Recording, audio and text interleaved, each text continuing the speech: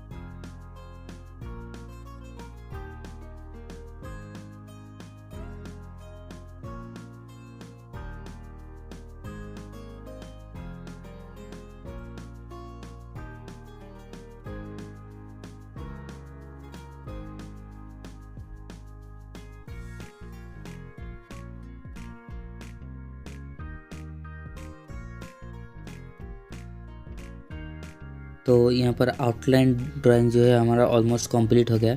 तो आप लोग देख के बताना आउटलाइन ड्राइंग आपको कैसा लगा। अगर अच्छा लगा है तो वीडियो को लाइक कर देना और चैनल पर नहीं हो तो चैनल को सब्सक्राइब कर देना। मिलते हैं इसका नेक्स्ट पार्ट में, पार्ट 2 में। तो तब तक के लिए बाय, थैंक्स फॉर वॉचिंग।